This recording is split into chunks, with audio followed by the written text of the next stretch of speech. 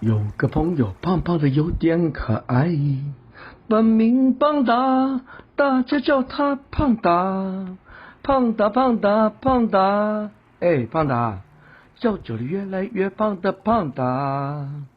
他说自己胖，立志减肥，试过了各种方法，始终不能瘦。最近听说试了断食，5天不吃，只能喝水，瘦了一大圈，可惜没多久又胖了回来。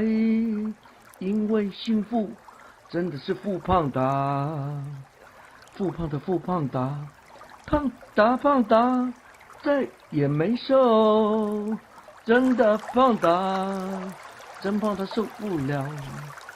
最近听说他开始了168，16个钟头不能吃东西，难怪瘦了，精壮了一点，精神变好，健康也好了。